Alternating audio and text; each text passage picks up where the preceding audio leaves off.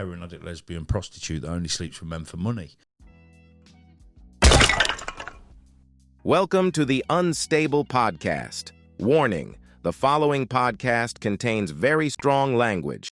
Yeah. This is episode number 2, Doug. Is this episode number 2? I was meant to be on episode number 1, but yeah. when I got here, you broke the camera. Yeah. And I managed to get, some cardboard boxes to get it up to the right level. Yeah. And then you realise you didn't have the microphone leads. Yeah, that happened. It was a total clusterfuck. Yeah, massive clusterfuck. And then we didn't even have these things, did we? We were going to have to hold the fucking mics, do you remember? Yeah. But we sorted now, mate. What do you think of the setup? I like it. It's good, isn't it? I love this. Do you know what I love about this? Go on.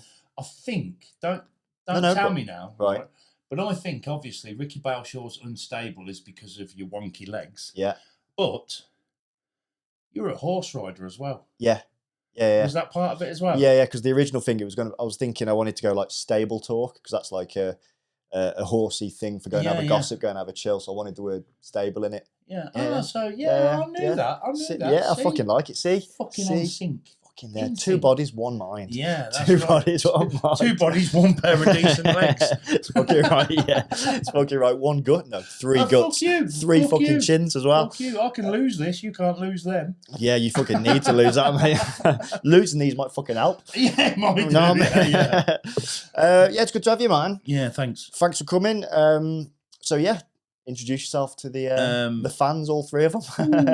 Your 3 fans. All That's 3 what of them, you've mate. got. All 3, yeah. I've got loads. No, that's why I've got you on, mate, to try and Build piggyback. Nick Yeah, try and piggyback off your following. So, my name's Doug. I drive heavy plant machinery in the day, and a good few years ago, I just started making silly videos, and silly videos went into deciding that I wanted to actually do comedy. So I went into looking into comedy, started a page because I was scared of audiences. So I started a page on the internet and thought, if people like what I do, I'll then get into comedy. Set myself a target of like 5,000 followers in a year, and I hit 20,000, had a few videos in the hundreds of thousands of views, and then one hit 1.5 million. And I thought, do you know what? People like what I'm doing, so let's have a go at comedy. So I got into comedy 2018. Yeah.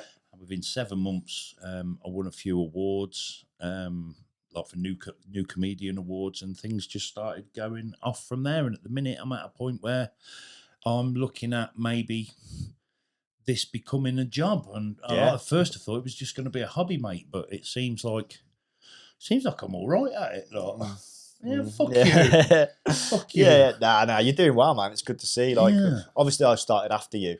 I know I'm doing all right. Like, I've gone full time, but it's nice. Like, you sort of helped me at the start. I'm really enjoying watching you, because it's nice to see you progressing up and through now, and I really appreciate that. We're different beasts, right? And I've said this from the beginning, right? You know as well as me that your wonky legs and your silver medal and stuff maybe open doors for you. Yeah. But if you were shit, they'd have closed behind you. Yeah. And you're not shit. I've told you before, you get like, on average, this little prick gets like 3 applause breaks and a couple of sympathy applause breaks. Ones, yeah. But we don't count He's on the them. stage, right? Yeah. He's actually made it up the fucking made steps. it. But that's what I mean. Like, like there's other people that have got like TV credits and stuff like that have probably had the door open for that, but they've been shit and it's been shut. You've kept it open because you're fucking good. Whereas I'm a different beast. I'm in a massive pond full of straight white males, and there's fucking thousands of us. There are a lot. So you've got to be really good to climb the ladder, and it takes a lot longer than fucking 2 years. But anyway, well, it is what it is. Let's go straight to that, because you just said you're in a pool full of straight white men. Yeah. But you are half Italian. Hey, forget about it. I like the pasta. And you had a load of racist abuse and stuff, didn't you, growing up? Yeah, so talk to me about that, man. What happened there? Well, I didn't know my mum and dad. My dad's my stepdad, Yeah, but I didn't know this when I was young. I thought he was my real dad, but my mum and dad are both like white, and I've been brought up in a small town. And if you think about it, back in the 70s, early 80s, most small towns and villages were racist. Yeah, massively. A lot still are, mate. Yeah. Still are. They're coming into the 21st century. I mean, it's getting less, but they're still there. You still get it. Yeah, of course you do. And it's not. I'm not just on about racism here. You know, there was a trans lad that lived in my town, and he got fucking hammered. Sorry, was he born female and went male? Or? Went male, yeah. But back then, in the early 80s, we didn't understand that. Because it was like new, same as like the racism thing, you know, like it was like. Were you guilty of giving them any shit? Yeah. Then? Yeah. Mate, fair play to admitting it. It's just lack of understanding what sort of stuff would go on. I just there. feel guilty. We just used to say like, "You're not a bloke," and you know, it was nasty shit. Whereas now, looking back, I'm like, "You am I allowed to say the C word?" You say whatever you want, mate. You Yeah, cunt. Yeah. You know, I was, but it was a lack of understanding. You know, and like I was getting the abuse as well. So the shit he was going through, I was kind of going through in a different way, you know. Whereas now I look back and I'd love to bump into that guy again. And if anything, just say fucking sorry, you know. Fair play. I felt. Yeah. You're right, mate. No. Yeah, don't. yeah. I felt bad about it. Fair. I can tell, man. That's. You're a soft bloke at heart, really, aren't you? Despite being a big fat cunt, you're a soft. yeah. But do you know what? Things could have been different. I went through a lot of shit as a kid. I mean, like there was like as a kid, like getting back to the Brown thing. Yeah. I've got school photos where it's like Brown boy in the ring, point me out, and I'm the one. And the abuse that I got, like I've got friends now that don't admit to the fact that they called me the P word and the N word as a kid, and like. That was regular. It was all the time. And I used to go back to my mum and I'd be like, why am I brown and you're white? and my mum was like, it's just a tan. And I thought, I didn't believe it. You know, I was a kid. It's just a tan. Yeah. But like over the years then, I got to about 9, 10. And then my mum, I says, why have I got a different name to you as well? And then they told me, like, look, your dad's not your dad. And I worship my dad. He's the man that put the bread on the table and that. But I've met him. He's a lovely bloke. Yeah, and it must have been hard for him as well. Spoke really highly of him. You know, he's took on a kid that weren't his. At the end of the 70s, when it was like that shit was unheard of, and his family as well. I'd imagine his family and his friends were like, "What are you doing?" and this stuff. So he had a lot of shit, and he did take things out on me as a kid. But how? If you don't mind me asking, he was just. I think he struggled with. You know, yes, he took my mum on with a kid and stuff like that, but I still think it hurt his head.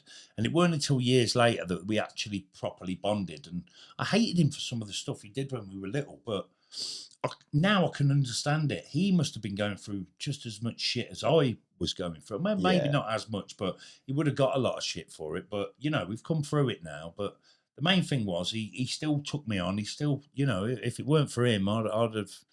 My mum could have stayed in Coventry with a load of fucking nutty blokes that just like battered her and stuff like that. But she didn't. She got with this lovely guy that was hardworking and fucking just made a life like. But one of my favourite stories of yours is when you found out that he wasn't your real dad, but you didn't know who your real dad was, and then how you know what I'm going to say, don't you? Yeah, I'll let you tell the story because you tell it far better than me. So okay, tell them what you did to try and find out what your I don't know what the right word is, heritage, background, bloodline was. What nationality I was. So when my mum ended up telling me that my dad weren't my dad, and they got my name changed by Deepole, I actually said to my mum, I said, look, who is my dad? And she went, I can't tell you. Now, at the time, my granddad was a bit of an hard fucker, and he'd have smashed the guy. He'd have gone round and smashed the guy's head. Right, okay. So my mum. I didn't know that part of the story. Yeah, my mum wouldn't tell me. Yeah. So I thought, right. So I've been called the P word and the N word. Let's try foods from these nations. So I did. You know, I tried Indian food and I didn't like it, so I ruled that out. And then I tried like jerk chicken because that was the only thing I knew that was maybe Jamaican. So I tried that and I didn't like that neither. But then years later, when I just loved it because that was your genuine effort as well. It did. Yeah, that's not a joke. It's the fucking truth. But then years later. later, when I was like in my 30s, me and my missus decided we wanted to have a kid. And when we started trying, which was fun, I thought, you know what, I need to find out if there's any illnesses in that side of the family. So I went back to my mum and said, look, mum, please tell me who my dad was. And she told me it was out of these two blokes. One of them was like a greasy biker that was pale as fuck. Oh, she did like a bit. The other was this guy who owned a chip shop, and I found out that he was Sicilian, did all the background checks. Turns out on the spitting image of his two sons, like, they both look different, but I look like. And you both like pasta? Well, I actually like pizza. Right, okay. I was like, oh well, that makes sense because I fucking love pizza. Yeah. So, yeah, that was it was a bit balmy, really. Yeah, that's mad. So, like, going back to growing up and stuff, the sort of shit you went through from the kids at school and that, what were they saying? What were they doing? Or was it just the kids? Like, what sort of shit did you get? It was actually the fucking teachers as well. I used to get. Yeah, mate. It's mad, isn't it? The fucking 70s and 80s were nuts. Yeah. Right, here's one thing, right? I remember doing this play, and it was a King Arthur play. Yeah. And there was part of it where an axeman had to chop someone's head off. There was someone's head on the block. Yeah. So I've come out, the audience is there, and I've come out and my back to the audience, and there was like, boom, with every step as I come onto the stage. And I had this hood on.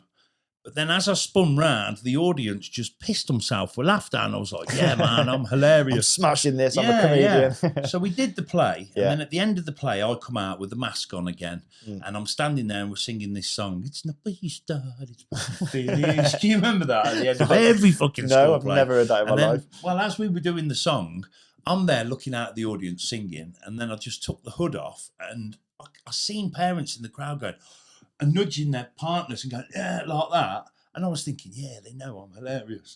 And it weren't until years later that I realised that the hood that I had on, that the teachers had put me in, had white rings around the eyes and white ring around the mouth. So basically, it was like the gollywog thing. It was a gollywog mask, yeah. Jesus. And that was what the teachers put me in in the play, you know. And like, imagine realising that years later, thinking, Jesus, fucking hell, man, you did that, the teachers. So that's insane that the kids, the teachers would do that. Well, the thing is as well, Richard, that's right? Nuts. Years later, when I kind of got over it, and now like I'm part of the community, part of Bedworth and stuff. I went down a few real wrong paths and stuff. Yeah, we can get into that later on.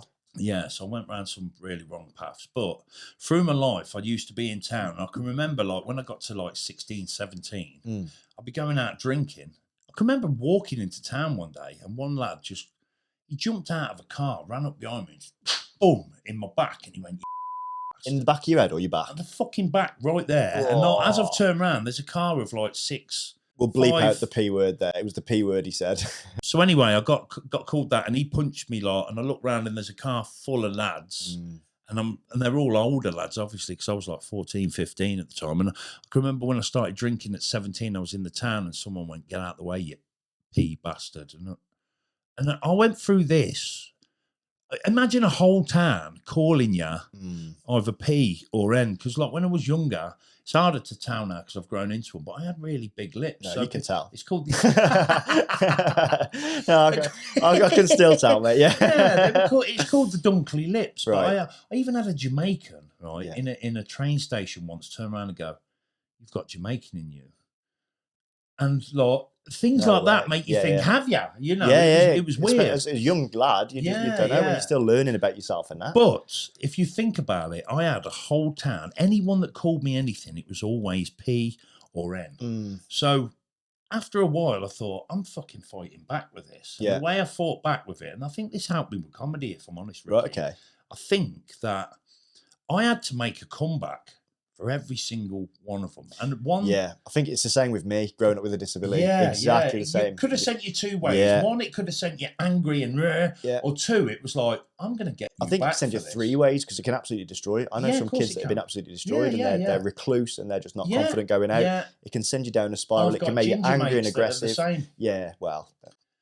some went the fucking aggressive route, and some went in their shell, and you know, or you fight fire with fire and just give as good as you get. Well, the way I'm a big advocate for that. Like An ex of mine, her mum, we really didn't see eye to eye because she had certain views, like, you know, go and tell the teacher and all that. So I'm like, nah, if someone says X, Y, and Z, you say X, Y, and Z back.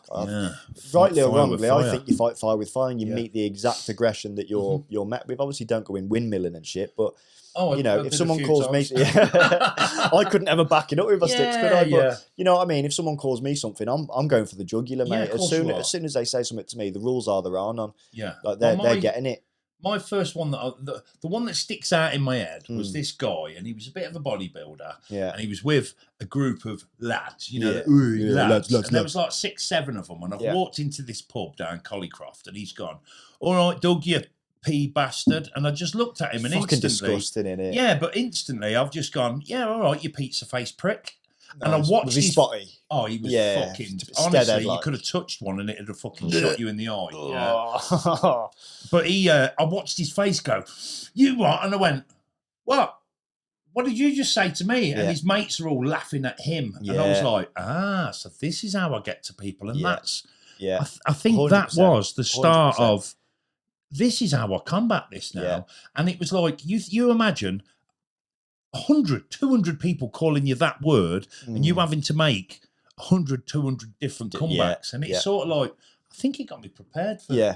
You're welcome. I mean, your jokes are shit, but heckle replies, mate, you're fucking flying. Fuck you. My jokes nah, you're doing great, man. It's good to see. But that's that shit. So what, the guy punched you in the back of the neck?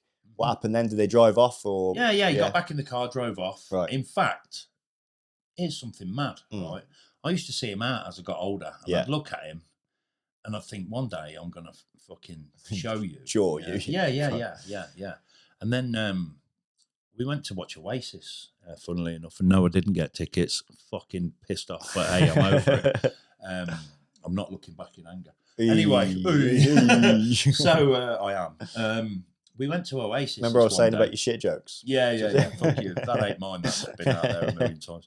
So I seen him with a group of lads, and we were talking by now, because this is the thing. I brushed it all under the carpet, and you know, a lot of people forgot about the shit that they used to say. And I can remember being there, and we've gone. About 4 of us have gone down to get into the crowd as close as we could, and I ended up with this guy, and I turned around and I was like, "Do you want to get closer?" And he went, "Yeah."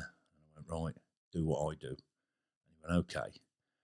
And I went, when I start bouncing, you start bouncing. We bounce 4 times, and then after the 4th time, we lean forward. And what'll happen is we'll go 3 or 4 people closer, and then we'll stop and we'll do it again. And we went from being about 100 yards back from the stage to 3 people away from the front because of this. And me and him, yeah. So it was like 1, 2, 3, 4. And the whole crowd, by the second bounce, the whole crowd were going, and then we just surged forward, And me and him shared a moment there, and I was like, do you know what? This is the one that punched you? This is the one that punched me. Yeah. I mean, he's passed now. God rest his soul. And good. I say, no. I get you, but do you know what? Don't really hold grudges. It was a different time back then. How did he die? Huh? How did he die? I'm not going into that because I don't want to release who he is. Okay, fair. But he, you know, we shared a moment then, and things changed. You know, so had you made up with him prior to this? Like, what? We'd see each other out on the pitch. In my head, you've gone from him punching the back of the head to having a nice moment in Oasis. What was the middle in between? Then. When we met at this Oasis thing, I was in my 30s. And by then, I'd changed. I'd gone from being this little lad to being a big fucking bloke. Right. Okay. You know, and I weren't scared. Don't get me wrong, I'm not a fighter, but I have fucked a few people up in the past for being like disrespectful or whatever. I'm not a violent guy, and I give people a chance. You know, in Turkey years ago, there was a guy. I give him 3 chances. He was just being a twat in a pub, and then on the 3rd chance, I thought that's it, and I fucking nutted him that hard that I fucked him up, man. But anyway, it's Didn't not you start a fight with a pillow once? With a what? Oh no! Oh dear! Yeah. How many chances did you give that pillow, mate? Well, a few, and it was until he spout. I thought it was a geezer, right? I was pissed off. This is how fucked up Doug gets. Yeah, I was at a Method Man and Redman concert, and I was steaming before we'd even gone in there. These guys, like Stav, his name is, Stav, he fed me full of all these spirits, and I don't drink spirits, and I'm in there and I'm fucking steaming and I'm falling backwards, and I kept feeling someone pushing me in the back, and I thought, that's me being a cunt, so I left it, and then he pushed me in the back again. I look round and there's like 3 black guys standing here, and I'm thinking, all my mates are in front of me, and I'm thinking, don't kick off, just enjoy the gig. And then I'm trying to enjoy the gig, and then I've leant back again, and he's poured a drink down my back, and I was like, right, I ain't having this. Fuck it. So I've spun round, and it was a post with a shelf on with drinks on. So you see the videos, don't you? Like the pissed up people like argue with their own reflection in a mirror. Well, that was like you, like fucking getting fuming here. It was a fucking shelf. Mate, Stav in his phone has got me as Doug the Post. Fucking great. I love that story. You are thick at times, aren't you? Mate, I'm thick as fuck. But I've got so many funny moments from stupid things that have happened. Yeah. No good story ever starts with, I had a salad. No. You know what I mean? It's always like, I got fucking pissed up. Yeah. Yeah. For me, life is, fucking, let's be honest, right? The world's been here for X amount of million, billion years or whatever. And we've gone through all these different periods with dinosaurs and everything. We've been on the planet for next to no time at all. You blink and that's human existence. So I'm here for a fucking short time, and I'm going to try and make that short time as fun for me and for as many people around me as I can. If I'm putting a smile on your face, I'm fucking happy. That's what life should be about. Yeah, and that's nice with what we do, innit? Like, it sounds dead wanky, but I've had a few people come up to me after gigs who have got like disabled kids or something, and like I've made their night. And that fucking makes it all worthwhile, because all of a sudden they've got a bit of hope for their kid, or do you know what I mean? It's nice, innit? Like just putting a smile on someone's face. Can you remember me telling you about that one? Did a biker rally. This biker rally, and I opened for this guy. I'd done a 10-minute spot for him before, and he says, "You're the right person to open this gig." And I was fucking buzzing about it. Didn't want to fuck up. I got there, did the gig, and when I come off, I went to one of them. You seen them pissers where 4 people can stand up? And it looks like a big lemon squeezer. Yeah. And I've stood there, and this guy's opposite me, and he's just looked at me like that, and he went, "What, you having a piss?" Yeah. And he went, "It's the last thing you need, in it, a bloke staring at you while you're having a piss." But then for you, it's like, I'm trying to make eye contact. Which one? Like fucking. So we finished our piss, put our boys away and that. And then as we've walked off, he went, "Could I just tell you something?" He says, "At the minute, I'm looking after my mum. She's in her final stages of life. And even though I've been here, I can't get my mind away from there." He said, "For the 20 minutes you were on stage, I forgot about everything." Man. And I was like, "That's wicked." Oh man, that made it all worthwhile. Don't get me wrong, the money did as well. But no, it's right. Obviously we need the money to pay the bills. But those moments are fucking. That's worth more than money. Yeah. I don't know. I needed the money. I wouldn't do it for fucking free, mate. I have done it for fucking free open for spot years, anymore. That's the thing, though. The videos I did for years for free. I didn't realise. I didn't realise how much that affected people and like the drug stuff that I've done. The amount of people that have messaged me off the back of that. Yeah. Just saying, "I'm really chuffed to have heard of you saying this," and it's like it's helped me out. That's great. One person even says, "I wish I'd have heard this years ago because it would have helped me." And but spread love, man. Yeah, That's man. what it's about. You mentioned about the drug stuff there. What sort of stuff? Because obviously, people might have heard it on other podcasts and you talking and stuff, but these listeners might be new. So, what sort of stuff you got into there, mate? Talk to me. Well, that was a dark time in certain places, wasn't it? Yeah, it was dark, but it was fucking enjoyable.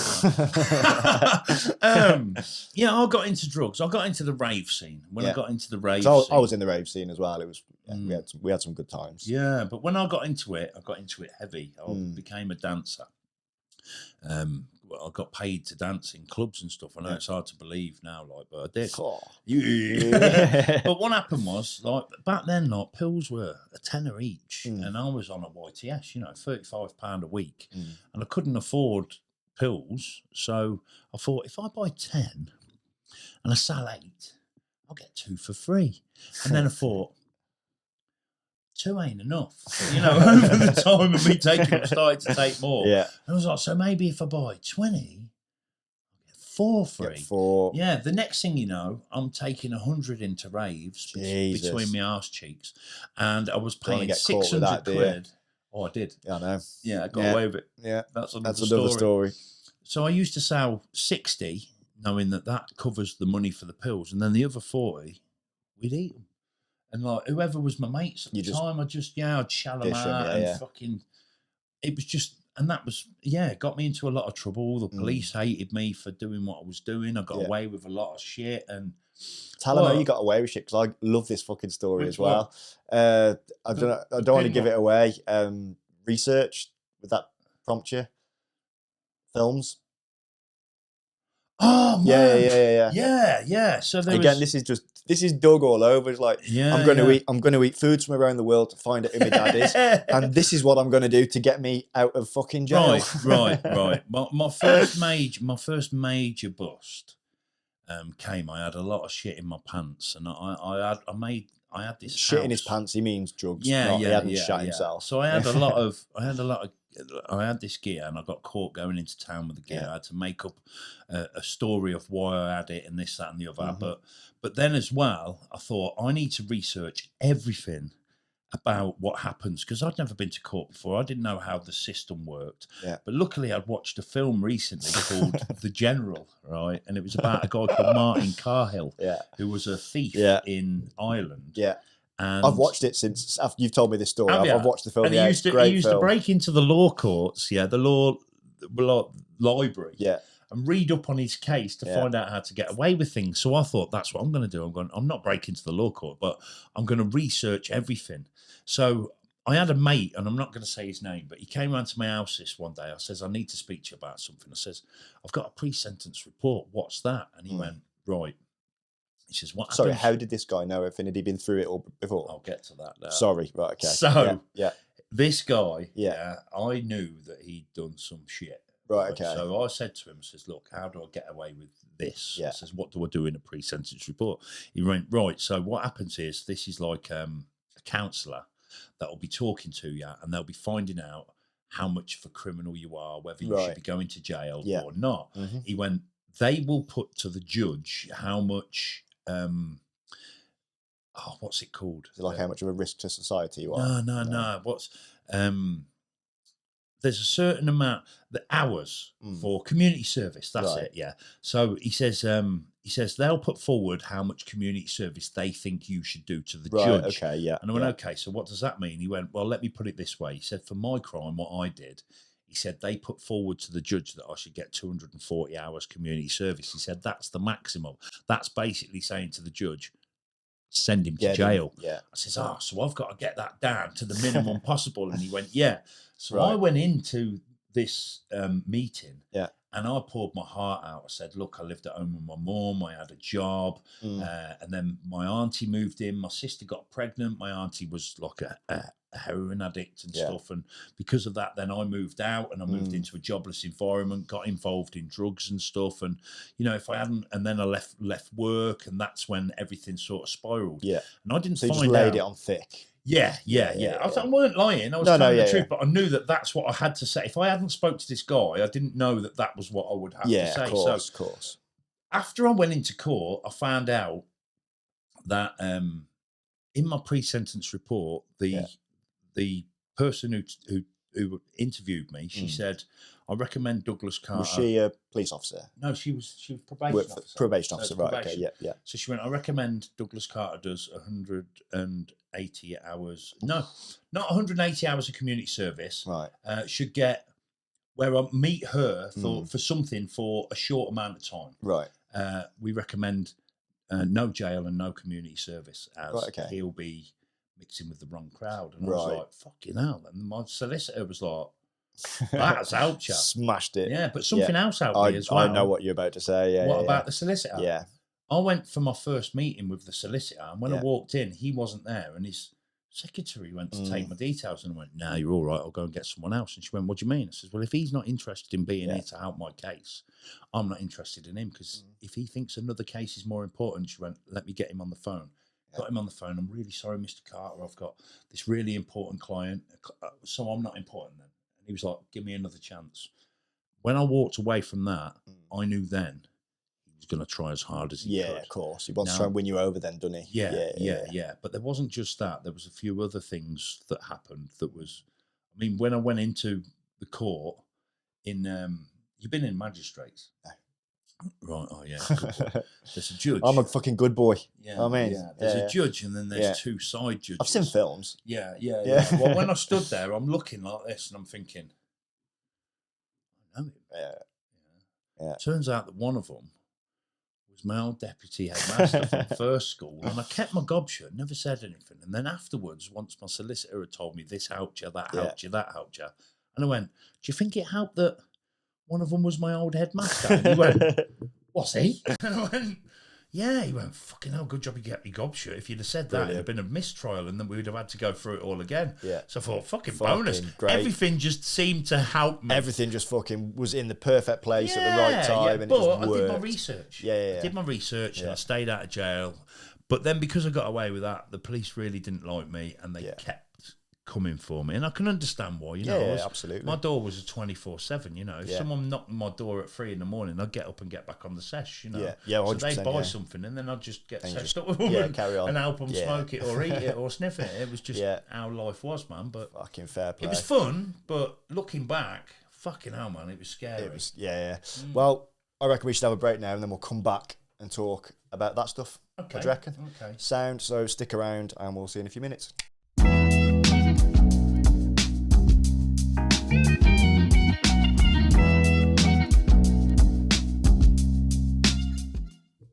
We're back. We are back. Welcome back. Episode 2, part 2. So I fucking smooth that out, didn't I? Yeah. Helps if I can talk.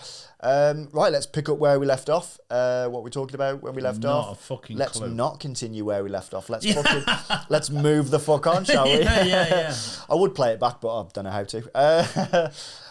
Right, so let's talk about your auntie, because one of your favourite bits. Well, I'm going to be honest, the only bit I actually like of your set. No, I really like the bit about your auntie, and that's based on truth. I don't want to give too much away, because obviously it's going to be better again coming out of your mouth. But talk to me about your auntie.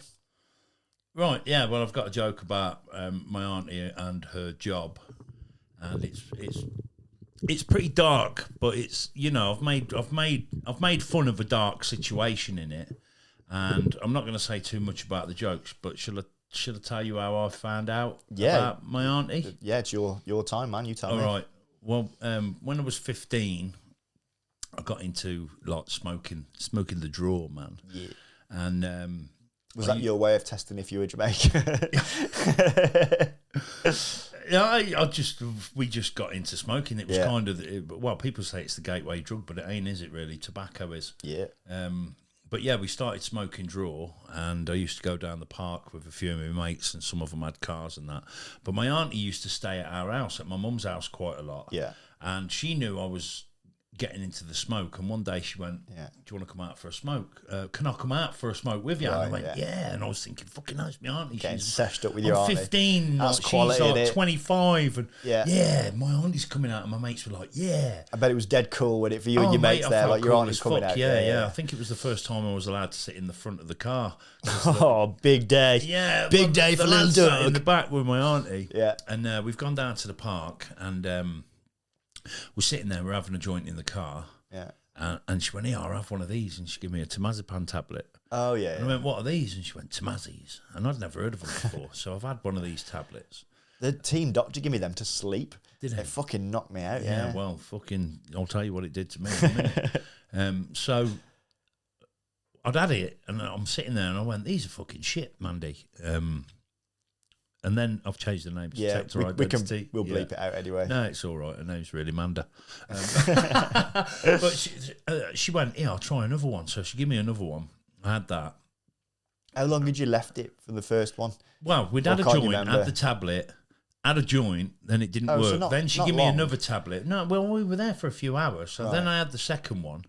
Then we had another joint, and I went, "These are fucking shit, Mandy." And she went, "Get out the car." So I got out the car, I walked round onto the grass. I know what's coming there, I can imagine. Wow, fucking, I turned into Ricky. My legs just went from underneath me.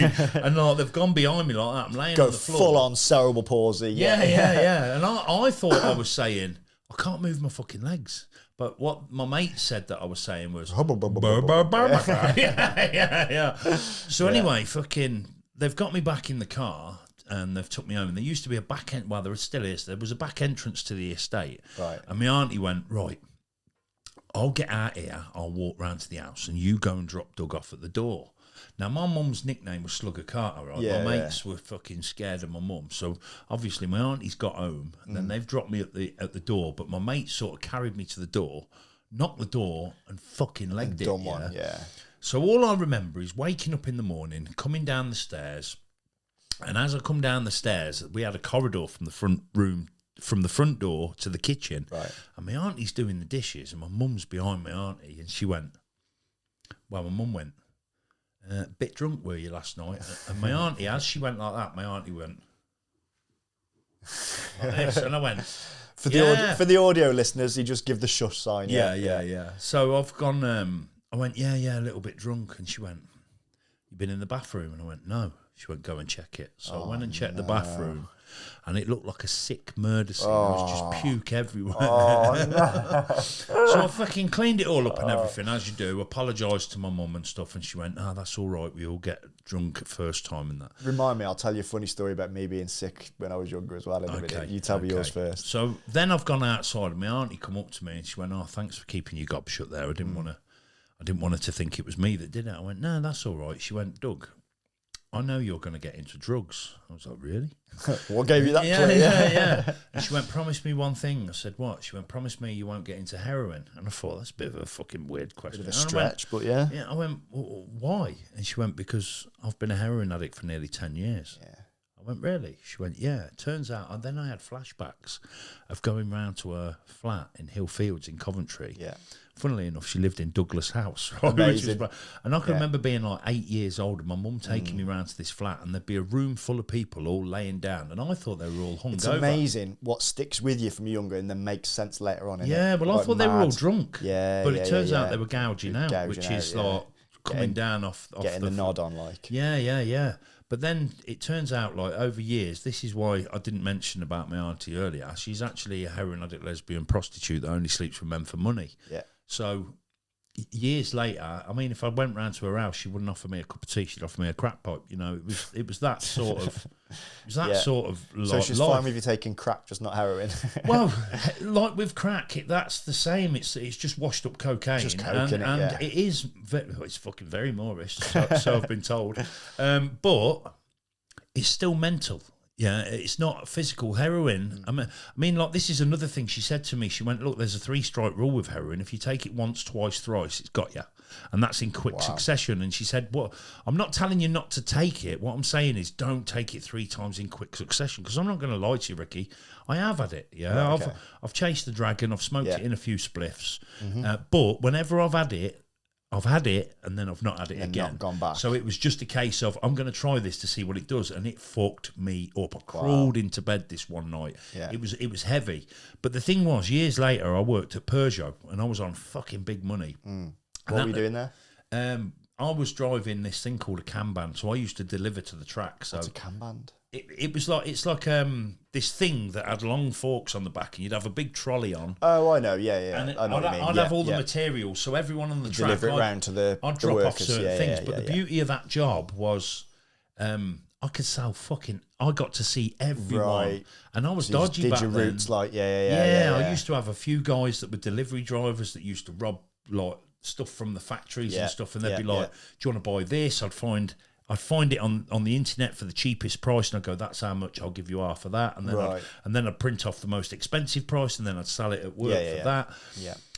But because we were on such good money, we used to go around to this house, and once we got paid monthly, I'd go around to this house, and we'd get seshed up. So we'd have coke, and then coke turned into, like, a few of the lads there were like, "Have you tried crack?" And I was like, "No." So we started trying crack. And then one day, this was for like 3-4 months we were doing this. And then one day, one of them passed me a spliff, and it was a Brown Smith spliff. And obviously, being around my auntie, I knew what it was. So in a brown Rizzler? No, brown as in heroin gear on it. Yeah. Sorry. So he's give me this Brown Spliff. And as soon as I had a blast on it, I knew what it was. And I went, "What's that?" And I just bought my house at this point. Right, okay. I said, "What's that?" He went, "Oh, it's brown." I said, "What are you smoking that for?" He says, "Well, it brings you down." One of your mates, sorry. Yeah. Right, yeah. One of the lads that we were going around the house. And he went, I says, what are you smoking that for? He says, "Oh, it brings you down off that." I says, "Fucking hell, I've just paid 40 quid to be up here. Have it back." The thing was, I knew what he was trying to do because of the once, twice, thrice. Did he sell it, did he? Well, no, I didn't know at the point, but he was an addict, so he was obviously look at me as being his next port of call to pay for his addiction. So anyway, I give it him back, and then I stopped going around there. Fair play. And because from what you've said about, it would have been very easy for you to just carry on and steamroll into that. Easily, this is the thing. I went round to my auntie's not long after that, and this sounds really like disgusting, but it will make sense. You fingered her. She'd have probably fucking let me for a tenner. She was ruthless. But I went round and I thanked her for being a heroin addict. She went, "What do you mean?" Yeah. And I said, "Well, if you hadn't have been and told me what you told me when I was 15, you'd have that day I'd have become a heroin addict, and there was nothing I would have been able to do." I said, "But you stopped that. So through your horrible life that you've had to go through, you've just saved someone else's." Yeah. And now I'm not going to lie, I got into crack. I got into crack quite bad. Yeah. At the time, a little while after that, I was doing it, but not heavily. And then my missus got a job as a prison officer, and she was doing nights. And while she was doing this job nights, I was doing about 100 quid's worth of crack a day. I was buying 20s. That's a fucking habit, isn't it? Yeah. But I didn't tell my missus, and this went on for 6 months. And then one day I just turned around and said, "Look, Barb, I need help." She went, "Help with what?" I says, "I'm a crackhead." Yeah. She went, "What do you mean? How much you doing?" I says, "About 100 quid a day whenever you're on nights." So the week that she wasn't on nights, I weren't. Yeah. But I'd be clucking a little bit, and then when she was you'd on have nights, withdrawals like you. Oh fucking yeah! I wanted it. What were the withdrawals? I can't really remember. I just wanted it. Just it like a. I just wanted it. You know, the taste. Like a craving. Yeah. So then when I told her, she went, "How much you doing?" I says, "About 100 quid a day," and she was like, "Is that why you're always skint?" I went, "Yeah, because I was selling quite a bit of gear at the time. I should have been making money." When you say selling gear, like stolen goods or drugs or everything? Yeah, goods like that. You know, anything that I could get my hands on, drugs. I was selling anything, but I was always skint, and it was because my habit was so big. And then she helped me get off the crack. And how did she help you get off that? She just fucking kept an eye on me and made sure, watched my money, and you know, she was on me. And I think this was the point when I'd started like working properly, and it wasn't all about like just making money off drugs. Because when I got into drugs, I actually quit work to sell drugs. Right. Okay. In fact, my boss saw that as a career move. Well, I did. I was working for a loft insulation firm, and I said to my gaffer, because I was earning so much money off the drugs, I said, "Look, I'm going to give up work." And he went, "Why?" I says, "I'm earning enough off the drugs." And he went, "Well, when it all fucks up, you can come back." And I was like, "What the fuck's he on about?" And then years later, after I got like my criminal record and everything through doing what I was doing, I went back with my tail between my legs. I was like, "Have you got any work?" And he went, "Is it all fucked up?" I went, "Yeah." He went, "Yeah, start tomorrow." Fair play to him. Give me my job back. Fair play to this day, Ricky, I'm now a telehandler on site. Yeah. If ever I go on a site and a loft insulation firm turns up and it's his, they contact him and go, "Doug's on this job." And the next day he turns up just to review the site, but to have a chat with me. That's great. And he hated me when I first started there, and we made. When you say first started, as in first, or when you came back? No. When I first started there, he was the cavity wall. That's all right. Yeah, it's nice that. He was the cavity wall boss, and I was the loft insulator. Right. But I was a little shit. Yeah, I used to cause a lot. You do surprise me. Yeah. I used to get battered a lot of work because I pushed things. But the loft boss went on holiday, and the cavity wall boss took over for a week. Right. And he went, "You're in the yard this week, and when the other boss comes back, you'll be gone." And I thought, "Oh, fuck." So I remember the first day I got in that yard, he come out and he went, "Right, do this, and do that. Right. I'll be out in a few hours." And when he come out, I'm sitting down reading the paper, and he went, "What do you think you're fucking doing?" I said, "Well, I did that, but then I seen that needed doing and that needed doing. So I did that and I did that. Yeah. Now I'm having a break. Is that all right?" And he went, "Yeah." And we bonded. Fair. And then the next thing you know, we're mates. And Roy Wright, his name is. Yeah, I think he still works for the loft insulation firm. And I tell you what, that's weird. If you know him, fucking tag him in this or the clips or whatever. Yeah, that'd be great, man. Respect for the guy. Roy, you just said you're a cunt off camera. I love you, Roy. I love you. Don't listen to this wonky leg prick. It's been. I've been through some dark moments, but I've got through it. And fair play. You like just going full circle back to your auntie, do you have much to do with her now? I haven't seen her in a good few years, but I did hear she was off the gear, but now I've heard she's back on it. But what am I? That was like a roller coaster for me. Then I was like, yeah, she's off it. Oh, no, she's back. Yeah, 49, so she's 59, and you know, she's still sucking cock for Rob. Literally. But you love your auntie, don't you? I love her to bits, man. She's my... Do you know what? She's had a fucking hard life. She lost her kids through it and stuff. And, you know, like she's had... There's stuff I can't really say for why she got into it that I found out years later. But yeah... Yeah, I don't want you to say anything that you're uncomfortable with. Like. No, well, she had a fucking hard life. And do you reckon she got into gear to help her cope with that shit? Or is it the gear that caused that? Yeah. Which one? I think she got into gear as a coping mechanism for what she went through. Yeah.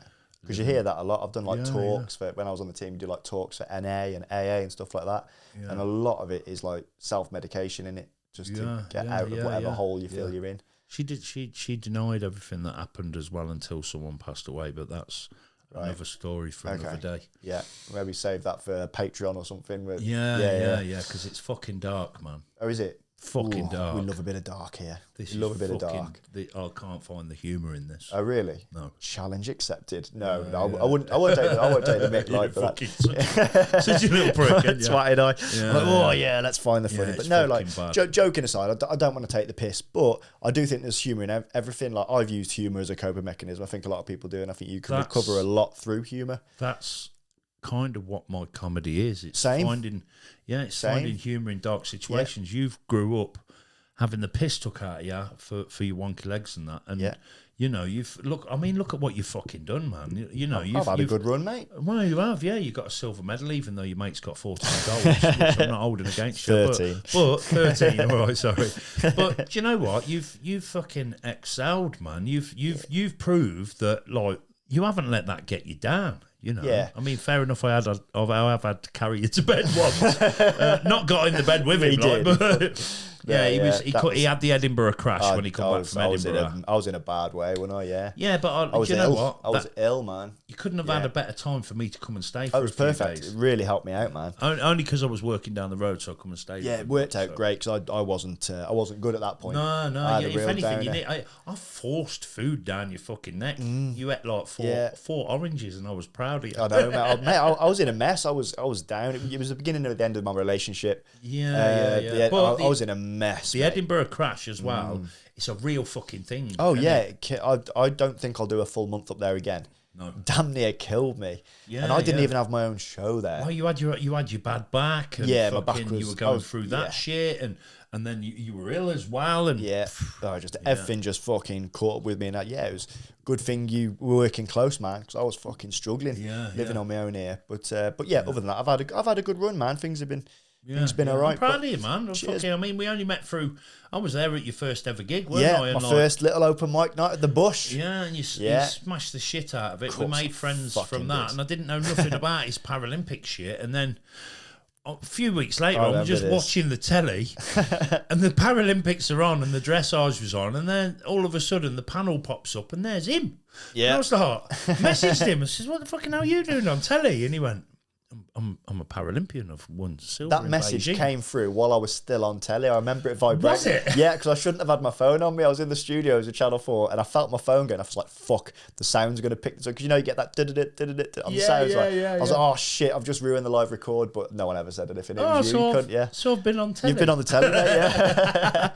Yeah, it was fucking, it was mad. And he was like, yeah, I'm a Paralympian. And I was like, fuck it. So I'm kind of glad I met you before I knew that. And we connected over just meeting. It was nice, man. It's cool. We were good mates now. Still think you're a twat, but no, going back, I think humour is a massive way of coping with stuff, and I think you can really open eyes and tackle. I think you can joke about anything if you do it right. If done right. I mean, you know as well as me, Ricky, the punching down thing is a fucking... And new comics are the worst. They think they're trying to be edgy, and it's like, nah, you can't say that. But like... You can joke about anything. You just got to make it funny and make sure that if anything, you're the butt of the jokes in a way, rather than like... Oh, my set's quite self-deprecating. Very rarely do I never punch down, but very rarely is someone else the victim in my stories. It's always me. Yeah. And I'm never going to go and talk about sexuality because I'm a straight bloke. I'm never going to talk about being gay, but I do think I could still joke about sexuality. Yeah, well, I've as got long a as joke. I'm the punchline. Like we were talking earlier about trans. I've got a joke about trans, and it's not. This is the thing why I don't do it that often, because I know that some people may look at it as punching down, whereas it's not. Because let's be honest, like I said earlier on, I didn't understand it as a young kid. Yeah. And can you remember the film, The Crying Game? No. Right, it's about this guy that meets a girl, and when he meets her, She's got a cock. Yeah, she has. Oh, yeah. right. So as he like takes the top off and he sees her boobs and that, but then as he goes down, she's got like this little winky and that. And you know what? It's mad, isn't it, how times have changed? Because I remember being a kid, and my dad's into his motorbikes, and he got MCN, Motorcycle News. I don't know if it's still going. Anyway, he says, Rick, look at this. I must have been, I don't know, 13, 14. And you open page 1, and there's this gorgeous woman there, and she's got all the clothes on. Every time you turn the page, the same woman's there, but she's got one less item of clothing on. Yeah. And then you get to the last page, and she's a trans woman. Yeah. And like Motorcycle News published that as like a joke. Like that, you know, that woman was the butt of the joke. Because for people to go, fuck. Well, that's kind of... that was seen as a joke then. Like, looking back, I laughed at that. Right, well, this is how... I remember watching this film, and then I went round to my mate's house. Now, I've changed this joke, right, because I've made it out like it was my mate that did this, but it wasn't. I know the joke you're on about. Yeah. The true story is he worked down the pit, right? And when I went round, I was like, I've just watched this film. Fucking hell, there was this woman, she was fucking fit. And then when she took her pants off, she had a meat and 2 veg and that. And I went, well, to his mate, I said to his mate, what would you do in that situation? His mate was like this little chavvy twat, and I thought, you'll probably knock him out, yeah. But my mate turned around to me, he says, what would you do? And I says, well, I don't know, man, because she was fucking fit. Yeah. But I don't think I could, you know, like that's, I'm into vagina. I'm not into willies. So, and he went, do you want to know what I did? And then I tell did. Yes. Right. Well, then I tell a story about him going to Thailand. Yeah. Whereas the true story is, he said, well, let me tell you a story. I was down the pit, he says, and I'm sitting there and we're having dinner, and there's a fucking muscly guy, and he's at the end of the table, and he's eating his batches, and I'm eating mine, and there's these 2 other lads, and they're talking about trans, and they were like, yeah, that I wouldn't fucking, would you fucking? And this muscly geezer turned around and went, I've been in that situation. Right. And my mate went, have you? And he went, yeah. He says, I was in Thailand, and this is the true story. I've adapted it to a story for... Yeah. He says, I was in Thailand, and I asked these guys, where are the fittest women? And they set me up and sent me to this bar. That's 100% what I'd do as well. Yeah, and he met this... it was basically hookers in a bar, which is sex workers, But he met this lady, paid for her, as you do in Thailand, and then he spent the day with her, and she was dead touchy-feely. She was so intimate and that. And then when we got back to the room, he says, I'm playing with her boobs, and then she just stopped me, and she went, he went to go down there, and she stopped him and pushed him back on the bed, and then started kissing his chest and that, and then started giving him a nosh. And he said, I was playing with her boobs. I pushed my hand down, she stopped me. I pushed my hand down again, she stopped me again. And he said to my mate, Nick, I paid £8 for this woman. I weren't letting her stop me. £8? Yeah. Thailand, wasn't it? Yeah. So he pushed his hand down again, and there it was, the meat and 2 veg. Right. And my mate said to him, he says, fucking hell, what did you do? He says, well, it was the best blowjob I've ever had in my life. So I let him finish, and I bummed him. Right. Now, when I told that story on stage, and I said that, a reviewer picked me up on it. And he said, I get the story, but... a trans person likes to be known as the sex they're transitioning into. And rightly so. Yeah. So I learned that day, and I changed it. I waited until that reviewer was there on the next time, and I told the story again. And when I finished, it was the best blowjob I've ever had in my life. So I let her finish, and I bummed her. Yeah. So I changed that bit. But here's the thing. What I'm trying to get at is, that was the only person I ever knew or ever found out about that had been in that situation, and he ended up balls deep. Yeah. Since then, I've met 3 different people that have all been in trysts with trans ladies, and all 3 of them... Been in what? Trysts? Yeah, I don't know if that's the right word. I don't know what trysts is. got together with a trans lady. It might be the wrong wording. Tell us in the comments if I worded it If you've heard the word tryst before, let me know. And it turned out that all 3 of them have ended up balls deep. So I only know 3 people now that have been in trysts. I bet there's more. I bet there's more. That just there's loads out there, but that's what I'm saying. You know, like for me, I'm not into cocks, right? And I'll tell you now, right? I'm a straight man. Grr. I like women. I like boobs. I like vagina, right? But would I ever date a trans lady? If I was a single man and I met a lady out and she said, I'm trans, and I said, have you still got that? Yeah. I think that would put me off because I don't like willies. Yeah. You know, that's not, I'm not a joystick man. Yeah. I like vagina. So, but if she said, I've fully transitioned, then as far as I'm concerned, that's a lady. Yeah. I've just fell for a lady, not a man. That I don't find men attractive. So for me, in that respect, and a lot of blokes that say different, I think if they were in that situation, I mean, go and watch The Crying Game, and you'll see someone that was in that situation, and at first he weren't into it, right? But then he went back. So it's like, I don't know, man. Yeah, it's a tough subject, isn't it? I'm not sure that it is. I'm not sure. People shy away from it, but like people get triggered by certain words, don't they? Like as soon as you say trans or something, like people think, and they instantly think you're taking the piss. But I don't like the way you've just spoke about it there. It's fucking very straightforward, isn't it? Yeah. Do you know what I mean? There's no disrespect. Honest, I'm a geezer. I'm into women, But and I don't think that's a bad thing to say. I think that doesn't make you transphobic. I'm not transphobic. No, I don't give a fuck what you are. Yeah. If someone's still got the willy, and just because I don't find them attractive, then because I remember saying to someone that I would, and they went, "Yeah, but what if they still look like a man?" I says, "Well, no." And they went, "I say you are transphobic," and I was like, "No, because I don't like women that look to women. There's women out there that have manly features, and I don't find them attractive. Yeah. Whereas if it was 100%. If it was a womanly woman. Because I've seen a few. If she was a feminine person, feminine features. Yeah. I mean, we both know someone who's transitioning at the moment. A few, that we saw in Derby. Oh, yeah. And they've started. I'm not going to name them because there's no need. She may end up coming on the podcast. Actually, she's a good friend, but it's not my place to talk about her transitioning. But she looks really feminine now. She's starting on the hormones and stuff. Like she's really changed a lot since transitioning. I think she will be a fucking attractive lady. She's a lovely person. Yeah, her legs are well nice. you said that at the night. She walked away. Said, "Oh, look at them legs." No, do you know what? So if you're watching this, you know who you are. Nice Give legs. my man Doug a call, baby. No. Relationship. So, but you have got nice legs, and I wish you all the best. I truly do. And I think you're a lovely person. Really happy for her because she seems a lot happier now than when I last saw her. Because I haven't seen her for about 18 months until that night. She seems a lot happier in herself. So good luck to her. Lovely. And I can't see why people. And I think maybe this is going back to the racist thing from years ago. Yeah, for me. I don't care, right? Racism, sexism, homophobia, anything like that. This is what pisses me off, right?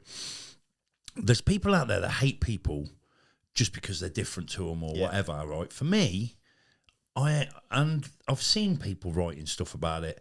There's twats in every walk of life. So don't hate someone just because of their sexuality, their race or religion or whatever, yeah? Hate them because they're a twat. If you're a fucking twat, and there's trans twats, there's white twats, there's black twats, there's fucking twats in every fucking walk of life.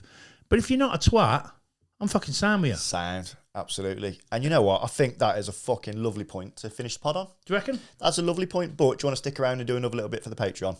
No, fuck them. I'll take that as a yes. So that's the end of the public episode. Doug, thanks ever so much for coming on, mate. It's been an absolute pleasure to have you on. I've enjoyed it. Tell them your socials if they want to give you a follow. Doug Carter Comedy on Instagram. RandomWaffleBollox on Facebook.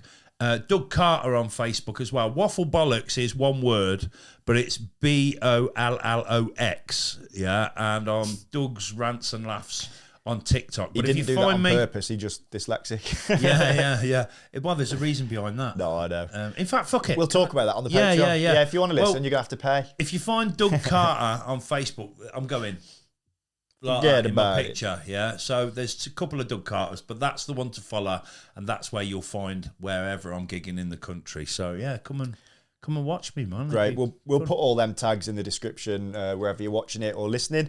Do us a favour, if you're watching this on YouTube, just hit that little subscribe button. You don't realise how much it actually helps. It's really quick for you guys just to press that little button, and it really helps the podcast grow. Follow the twat. Yeah, give us a follow. It's Ricky_Belshaw or Ricky Belshaw's Unstable. We're going to go over to Patreon now. We've still got the offer on. The first 1,000 members are just £1. Did you know that? They're getting it for just £1. Oh, I ain't paying for shit. No, you ain't. You can have it for free. Oh, you can have a free membership. Thank you. So we're doing that. The first 1,000 Patrons are just £1. So get involved. We're using the money to help the podcast grow. We'd love to bring specials, get other guests on, and just do more. So yeah, we're going over to Patreon now. Patreon.com/unstablepod, and we'll see you there. Have a great day.